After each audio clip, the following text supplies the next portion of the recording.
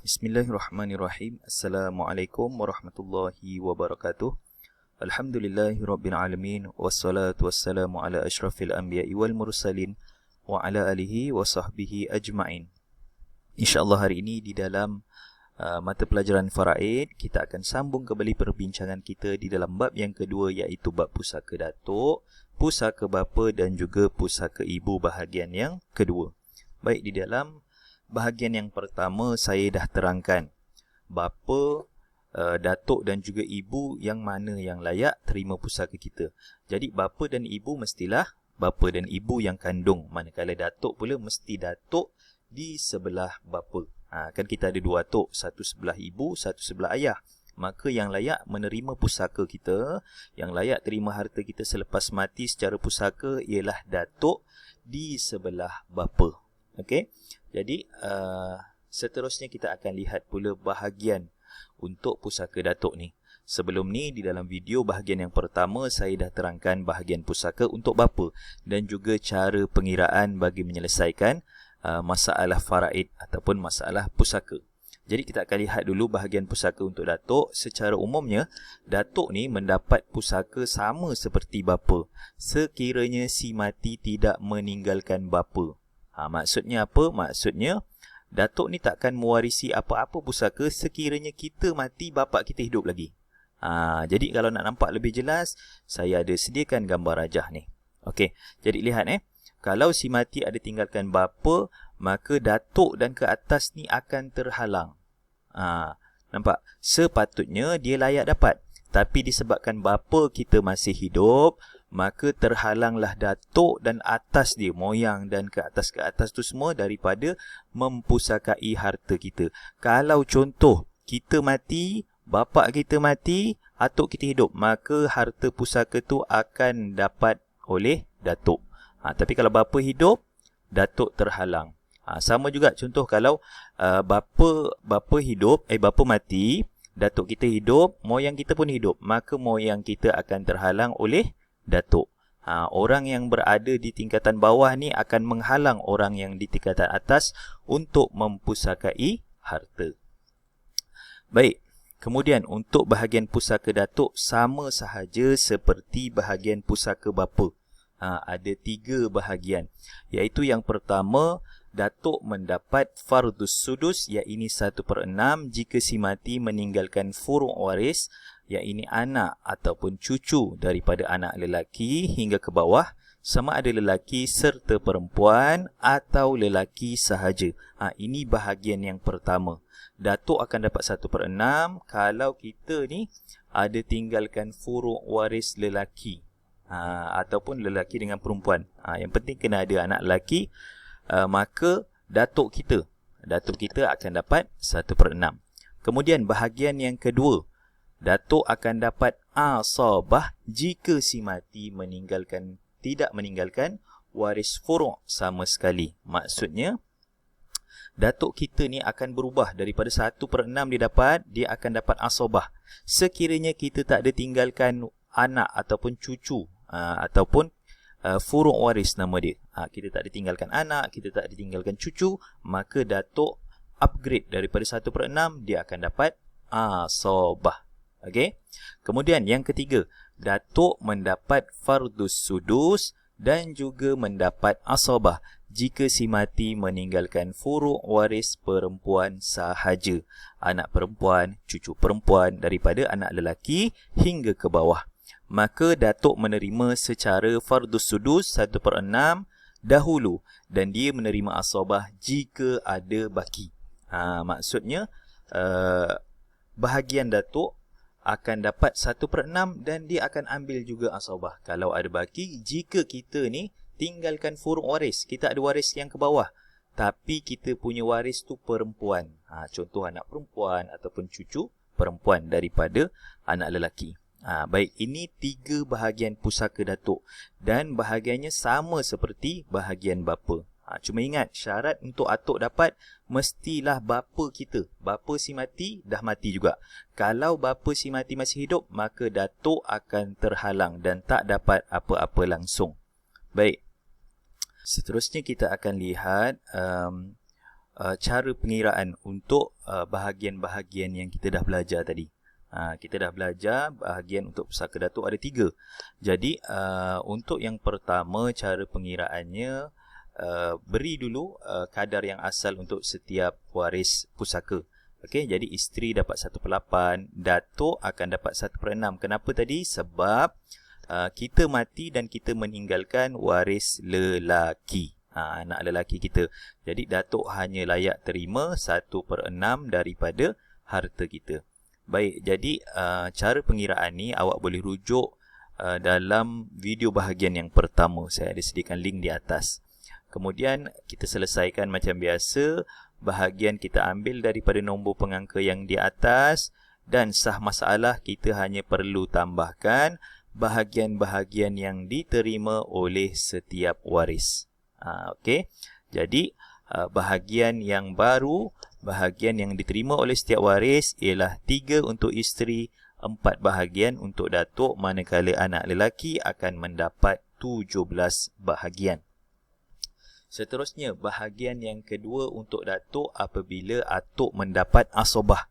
Atuk akan dapat asobah apabila kita tak ada tinggalkan sebarang furu' waris. Kita tak ada tinggalkan anak, kita tak ada tinggalkan cucu, maka datuk akan mendapat asobah ataupun terima secara mengambil baki. Baik, jadi kadar pusaka untuk isteri ialah 1/4.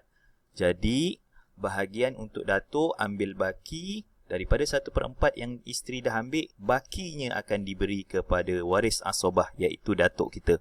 Akan dapat 3/4. Jadi asal masalah kita ambil daripada nombor penyebut yang bawah, kemudian bahagian kita ambil daripada pengangka yang di atas. Kemudian sah masalah hanya perlu tambahkan bahagian yang diterima oleh setiap waris. Maka sah masalah 4 dan sama dengan asal masalah. Okey, itu untuk bahagian yang kedua. Manakala untuk bahagian yang ketiga, datuk kita dapat 1/6, kemudian kalau ada baki dia akan terima secara asobah.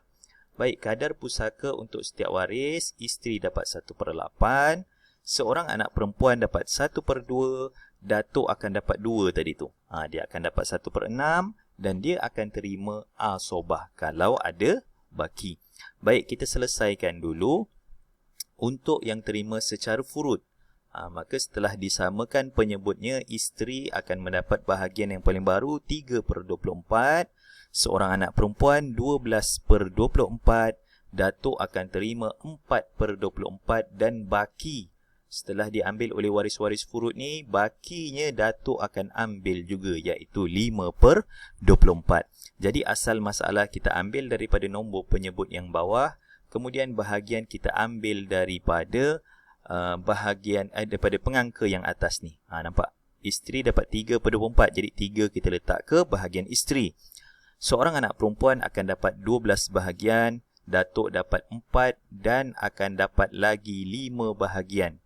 Maksudnya dia ambil asobah ni, jadi bawa ke sini. Jadi total yang diterima, jumlah yang diterima oleh datuk ialah 9 bahagian daripada 24 tadi. Jadi jumlah keseluruhan sah masalah ialah 24. Jadi itu tadi ialah cara pembahagian untuk pusaka datuk. Seterusnya kita akan lihat jadual bahagian pusaka datuk. Jadi jadual untuk bahagian pusaka datuk, datuk akan mendapat, kita lihat dulu yang pertama, datuk akan dapat 1/6. Apa sebab dia? Kalau kita ada furuk waris lelaki serta perempuan, ataupun ada waris furuk lelaki sahaja. Jika wujud je furuk waris lelaki, contoh anak lelaki ataupun cucu lelaki daripada anak lelaki kita, maka datuk secara automatik akan dapat 1/6. Kemudian yang kedua, datuk akan dapat secara asobah jika kita tiada furuk waris. Tak ada anak perempuan, tak ada cucu perempuan, tak ada anak lelaki, tak ada cucu lelaki, atuk akan dapat asobah. Seterusnya yang ketiga, atuk akan dapat fardus sudus dan juga atuk akan dapat asobah. Dia akan dapat 2 bahagian. Okey, dia akan dapat 2 bahagian apabila kita meninggalkan furuk waris perempuan sahaja. kita tak ada anak lelaki, kita ada anak perempuan saja. Maka ketika tu atuk akan terima 1/6 dan juga secara asabah. Kemudian yang keempat, kadar pusaka datuk akan termahjub. Apa tu mahjub? Mahjub maksudnya terhalang. Apabila kita mati, kita meninggalkan bapa. Ingat, kita mati, kita ada tinggalkan bapa, datuk secara automatik terhalang daripada mempusakai harta. Kerana wujudnya kita punya bapa. Kalau bapa kita mati, barulah harta tu akan dipusakai oleh datuk. Dan kemudian yang kelima, kadar pusakanya muqasamah ataupun 1/3 ataupun 1/6. Ya, ini apabila di dalam masalah pusaka al-jaddu wal ikhwah. Jadi yang kelima ni kita belum belajar lagi. Ini di dalam video insya-Allah. Saya rasa dalam darjah khas nanti baru awak akan belajar bab muqasamah. Okey, jadi ini adalah 5 bahagian untuk pusaka datuk secara ringkas. Seterusnya kita akan lihat pula perbezaan pusaka bapa dan juga pusaka datuk. Diorang tadi dapat bahagian yang sama. Ada ketika mereka boleh dapat 1/6. Ada ketika mereka boleh dapat asabah dan ada ketika mereka boleh dapat 1/6 dan juga mereka boleh dapat asabah. Tapi apa beza dia? Okay, kita akan lihat beza yang pertama. Belah kanan ni untuk bapa, belah kiri ni untuk datuk. Jadi bapa boleh menghalang adik-beradik seibu sebapa. Bapa boleh menghalang adik-beradik seibu sebapa ataupun sebapa. Ini untuk bapa. Manakala untuk datuk, beza dia tak boleh menghalang adik-beradik seibu sebapa ataupun sebapa. Itu perbezaan yang pertama. Kemudian perbezaan yang kedua ialah bapa boleh menghalang datuk. Ingat tadi, bila bapa ada, datuk takkan dapat pusaka. Tapi berbeza dengan datuk. Datuk tak boleh menghalang bapa. Kita mati besok, bapa kita pasti akan dapat harta pusaka. Datuk tak boleh halang sama sekali. Okey. Kemudian yang ketiga, perbezaannya ialah bapa boleh menghalang ibu daripada mendapat 1/3 harta sulusul mal bertukar kepada sulusul baki. Ini pun awak akan belajar dalam darjah khas. Berbeza dengan datuk. Datuk tidak boleh menghalang ibu si mati untuk tukarkan daripada sulusul mal kepada sulusul baki. Ini perbezaan antara bapa dan juga datuk. Jadi dapat kita simpulkan bahawa bapa ni lebih dekat dengan si mati dan bapa boleh menghalang berbagai golongan lah. Jadi untuk datuk pula, datuk ni hanya boleh dapat pusaka jika bapa kandung kita mati. Jadi insya-Allah untuk hari ini setakat itu sahaja. Semoga apa yang saya sampaikan ni bermanfaat dan mendatangkan faedah untuk awak.